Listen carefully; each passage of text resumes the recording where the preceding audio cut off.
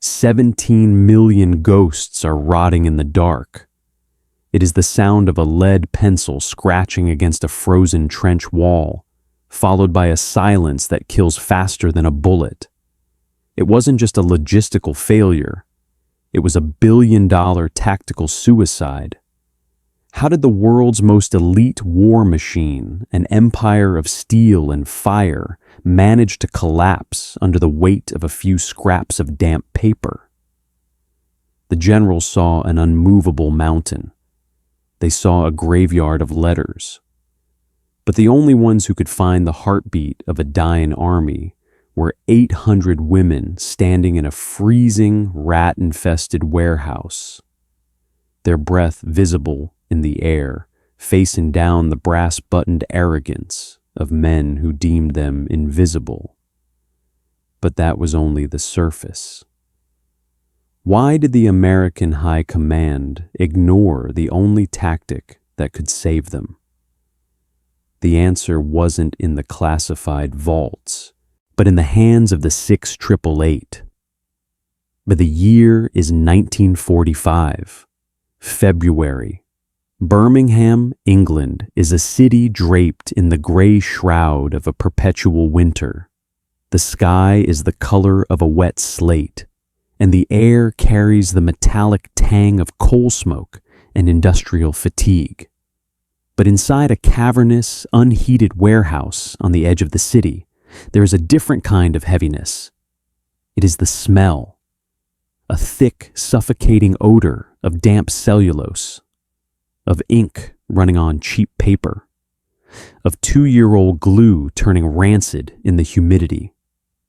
This is the graveyard of the American spirit. Stacked from the floor to the rafters so high they block out the weak winter light are 17 million pieces of mail. They are packed in crates, bursting from canvas bags, and spilled across the floorboards in heaps that look like drifts of dirty snow. This is the Birmingham backlog. To the Pentagon, it is a clerical nightmare. To the 3 million soldiers scattered across the European theater, it is a confirmation of their greatest fear, that the world they left behind is fading into a memory. A soldier in a foxhole can survive on cold rations. He can survive the bite of frost. He can even survive the terror of an artillery barrage. But he cannot survive the silence. When the letters stop coming, the connection to the real world severs. The soldier stops fighting for a future and starts fighting merely to exist. The army knows this. They call it morale, but that is too soft a word. It is the psychic fuel of the war machine. And in early 1945, the tank is empty. The failure is mechanical. The Army Postal Service operates like a massive, primitive clockwork engine. Every soldier has a locator card, a physical slip of paper that tells the mail where he is. But war is chaotic. Soldiers are wounded and sent to nameless field hospitals. They are promoted. They are transferred to secret divisions under the cover of night. The fatal flaw is simple. The mail moves slower than the man. When a letter reaches a soldier's last known unit and finds him gone, it is stamped undeliverable and thrown back into the gears. The system doesn't have a brain, it only has a memory. Without a constant manual update of millions of shifting locations, the engine chokes. It's like a toilet tank that never stops running because the float is stuck. The letters keep pouring in, but they have nowhere to go. They just pile up, drowning the warehouse in a sea of lost voices. The military establishment has already surrendered to the paper. White male battalions have been assigned to clear this mess, and they have failed. They looked at the crates addressed simply to Junior U.S. Army or Buster, New York, and declared the task impossible. The prevailing mindset of the high command is crystallized in a single, unspoken truth. If the best men in the service cannot fix this, no one can. They treat the warehouse as a lost cause until they decide to use it as a dumping ground for a political problem. The problem is the 68th Central Postal Directory Battalion, 855 black women who have volunteered to serve a country that still forces them to sit at the back of the bus. They are the only all-black, all-female battalion sent overseas. As they march toward the warehouse, the eyes of the white officers are not filled with hope. They are filled with a cold, analytical disdain. They don't see a solution. They see a group they can blame when the impossible remains unachieved. Major Charity Adams leads them. She is a woman of ironclad composure, her uniform pressed with a precision that seems to repel the English damp. She stands before her battalion in the shadow of that warehouse, the scent of the rotting mail hitting them like a physical blow. A high-ranking colonel approaches her. He doesn't offer a salute of respect. He offers a challenge wrapped in a sneer. He looks at the 6888 and sees a PR stunt. "You have 6 months to clear this backlog," he tells her, his voice carrying the weight of a man who has already written their failure into the history books. "Though frankly, I doubt your girls will last 2 weeks in these conditions." He gestures toward the warehouse, a dark, freezing tomb where the windows have been blacked out to hide from Luftwaffe bombers. There is no heat. The light is dim. The rats are the only ones who know the layout of the floor. He believes his arrogance is a shield. He treats the women as if they are fragile, or worse, incompetent. He assumes that because the system failed, these individuals must inevitably crumble. But Major Adams doesn't flinch. She looks at the mountain of paper, and then she looks at the colonel. She knows something he doesn't. She knows that for these women, the stakes are not just military. They are existential. If they fail, it won't just be a clerical error. It will be used as evidence that their entire race is unfit for responsibility. The colonel scoffs at the quiet formation, believing the task will break them. He treats their silence as submission, but he has fatally underestimated his opponent. It isn't surrender. It is the calm before a storm of 800 minds beginning to map the chaos. While the colonel returns to his heated office to wait for their inevitable request for reassignment, Major Adams is already stepping into the dark. She doesn't ask for 6 months. She looks at her women, and the unspoken command passes between them. They aren't going to do it in 6. The struggle is no longer against the male. It is a war against the system that said they couldn't. The warehouse is a tomb that never sleeps. Inside, the windows are painted a thick, suffocating black to deny the Luftwaffe a target. The only light comes from dim, flickering bulbs that cast long, distorted shadows across the mountains of paper. It is March, and the damp cold of the West Midlands doesn't just touch the skin. It settles in the marrow. There is no heat. The women wear 3 layers of olive drab wool, their fingers stiff and blue as they reach into the abyss of the first canvas bag. Major Charity Adams stands at the center of this frantic, silent clockwork. She has organized her 855 women into 3 relentless 8-hour shifts. The work never stops. The sun rises and sets outside a world they no longer inhabit. They are living in a temporal bubble, a 24-hour cycle of sorting, tracking, and resurrecting. The task is a nightmare of identity. there are 7,000 Robert Smiths in the European theater. There are thousands of letters addressed simply to Buster or Pops. The Army's previous attempt to fix this was a fatal flaw of rigid logic. They tried to match names to serial numbers. But serial numbers are cold. They are easily blurred by rain or mistyped by a tired clerk. When the number didn't match the name exactly, the old system simply stopped. It choked like an engine fed with sand. The 6888th creates a different kind of machine. They build a central directory, a massive handwritten brain containing 7 million individual records. It isn't just a list, it's a cognitive map of every American soul in Europe. While the establishment screamed in panic over the chaos, the women were already in the dark, holding the silence. They don't just look at the names. They look at the postmarks. They look at the return addresses in Alabama or Chicago or Oakland. They begin to recognize the handwriting of mothers and wives. The eureka moment comes not from a manual, but from the unique perspective of the outsider. Because these women have lived their lives navigating a world that refuses to see them, they have developed a hyper-awareness of detail. While the experts saw complexity, the women of the 6888 see patterns.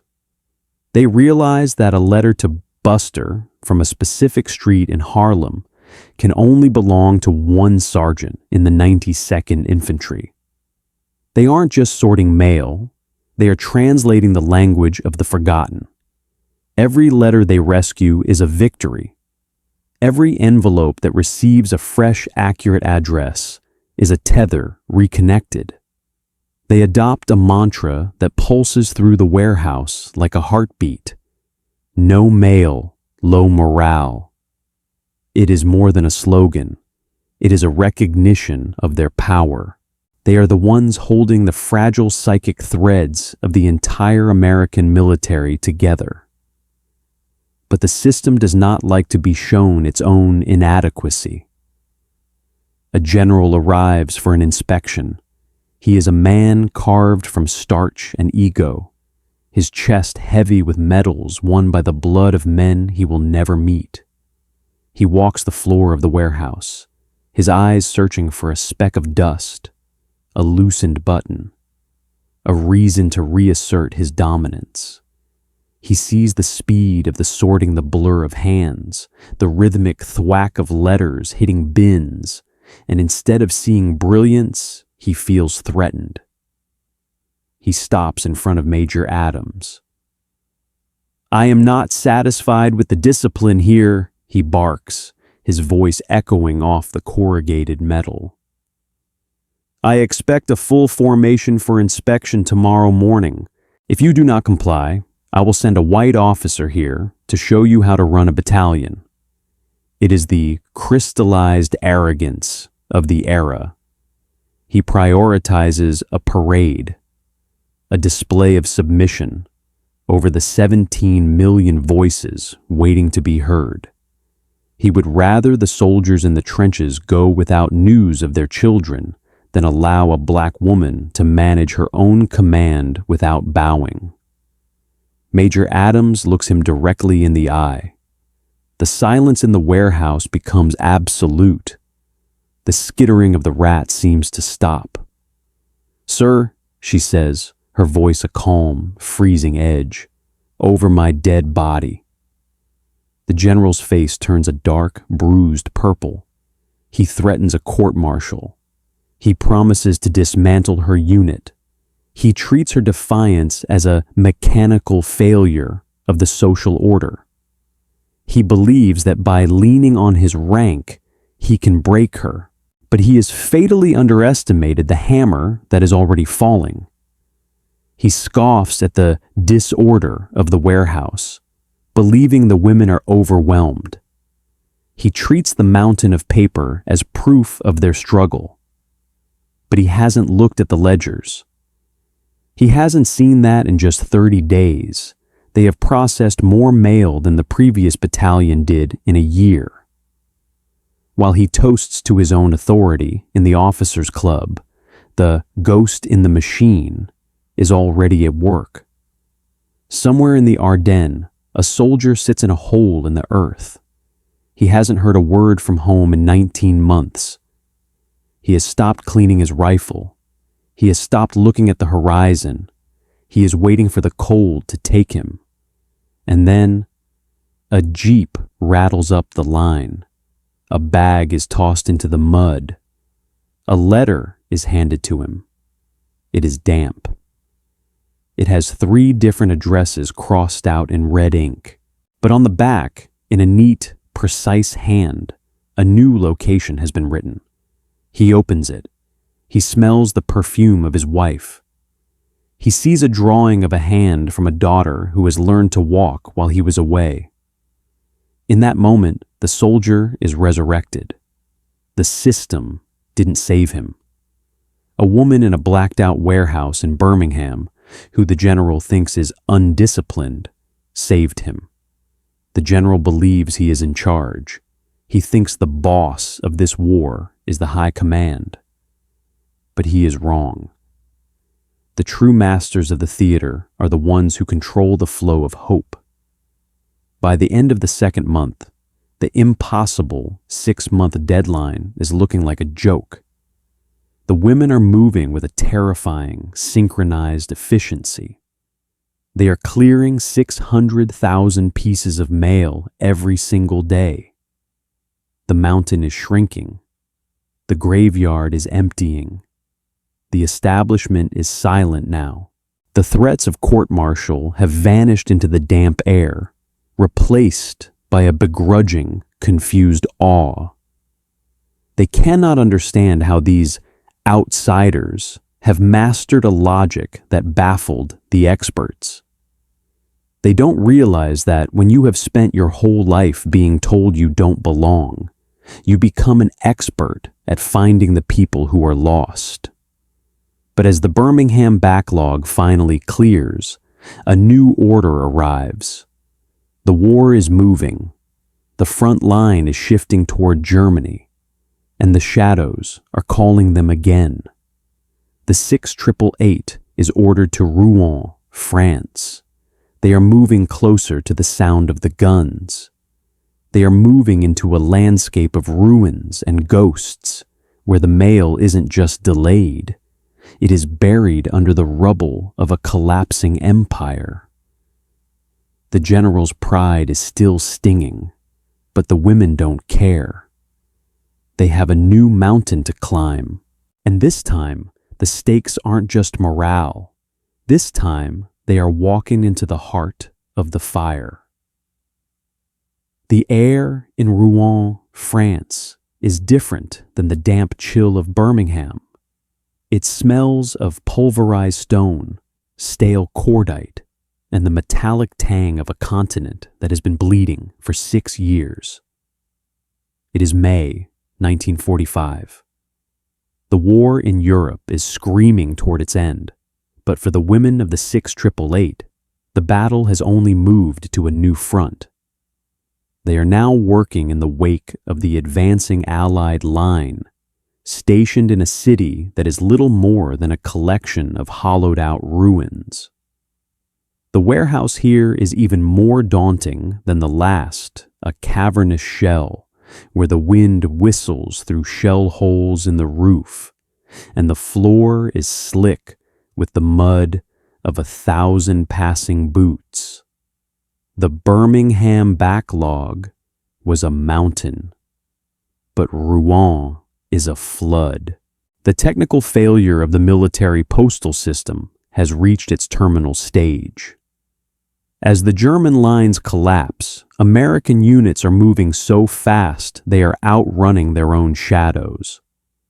Tens of thousands of men are being shifted every 24 hours. In the cold logic of military logistics, this creates a black box of human location. The input: a letter is mailed from a farm in Kansas. The mechanism: the mail reaches the last known grid coordinate, but the unit is gone. The clerk, overwhelmed by the speed of the advance, simply dumps the bag. The machine betrays the man. The output. The soldier is effectively erased from existence. He becomes a ghost in his own army. The high command watches the undeliverable piles grow in France, and they offer the same tired solution. Follow procedure. They prioritize the manual over the reality. They believe that because the war is almost won, the mail no longer matters. They claim that the momentum of victory will sustain the troops. But they have ignored the hammer of history. Victory without connection is a hollow shell. A soldier who wins a war but loses his family in the process is a man who has nothing left to come home to. The generals treat the mail as a luxury. Major Adams and her women treat it as a lifeline. Working in 3 shifts that never end, the 888th processes 65,000 pieces of mail every single shift. Their Central Directory has become a masterpiece of forensic sociology. They have memorized the movement of the entire European theater. They track the wounded through field hospitals. They track the fallen through the cold ledgers of the quartermaster. Then, the moment arrives. May 8th, 1945. Victory in Europe. The world outside the warehouse erupts in a fever of joy. Bells that have been silent for years begin to peal across the ruins of France. Men dance in the streets of Paris. Ticker tape begins to fall like snow in New York. The system, the massive grinding machine of the Allied military, congratulates itself. The generals take their bows. The great men of history prepare their memoirs. But inside the warehouse in Rouen, the work doesn't stop. The war is over, but the silence is still there. Millions of letters are still waiting. The women of the 6888 don't join the parades. They don't put down their pencils. They know that until the last letter reaches the last hand, the war isn't over for the families waiting in the dark back home. They clear the French backlog in record time, achieving a feat of logistics that should have been studied in every war college for a century. They have resurrected the connection between a nation and its protectors. They have won the hearts of 3 million men. And then, the bitter aftertaste. December 1945. The transport ship Claymont Victory pulls into New York Harbor. Major Charity Adams stands on the deck, watching the Statue of Liberty emerge through the morning mist. She expects something, not a medal, perhaps, but a nod, a recognition that they did what the experts called impossible. But as the women of the 6888th walk down the gangplank, the world they saved has already forgotten them. There are no cameras. There are no cheering crowds. The white soldiers who returned weeks earlier were greeted with parades that stretched for miles. The women of the 6888 are greeted by colored-only signs and the cold, familiar wall of Jim Crow. The system has no further use for their brilliance. The records of their achievement are not put into the history books. They are tucked away in the miscellaneous folders of the National Archives, left to gather the same dust they once cleared from those 17 million letters. They are discharged with a quiet thank you that feels more like a dismissal.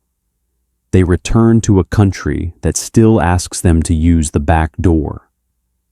The brilliance they showed in the warehouses of Birmingham and Rouen, the strategic minds that outthought the Pentagon, is funneled back into the only roles the system allows: maids, seamstresses, and secretaries. It is the cruelest irony of all. They spent a year ensuring that every American soldier was seen and remembered, only to become invisible themselves. For 75 years, their story was a ghost. It lived only in the fading memories of the women who were there and the yellowed letters they saved. The world was told that the war was won by the generals and the tanks. We were never told about the 855 women who held the soul of the army together with nothing but a lead pencil and a refusal to fail. We see this same hubris in our society today. We still ignore the invisible logistics of our world. We celebrate the CEO, but ignore the worker who ensures the system doesn't collapse. We praise the visionaries, but forget the hands that actually move the world. The story of the 6888 is a mirror. It asks us, who are we choosing not to see today? Whose brilliance are we dismissing because it doesn't fit the image of the expert? It took until the 21st century for the United States to finally award these women the Congressional Gold Medal. Most of them were already gone, their names carved into headstones before they were ever written into the history of the victory they made possible. They cleared the mountain of silence. It is up to us to make sure it never grows back. If you believe that stories like the women of the 6888th deserve to be remembered, join our ranks by subscribing and like this video. We have synthesized this narrative from reputable historical archives and verified sources. However, the fog of war often extends to the history books. If you spot any inaccuracies or have additional details to share, please correct us in the comments. We strive for the absolute truth, and your knowledge helps us get there. Thank you for keeping history alive.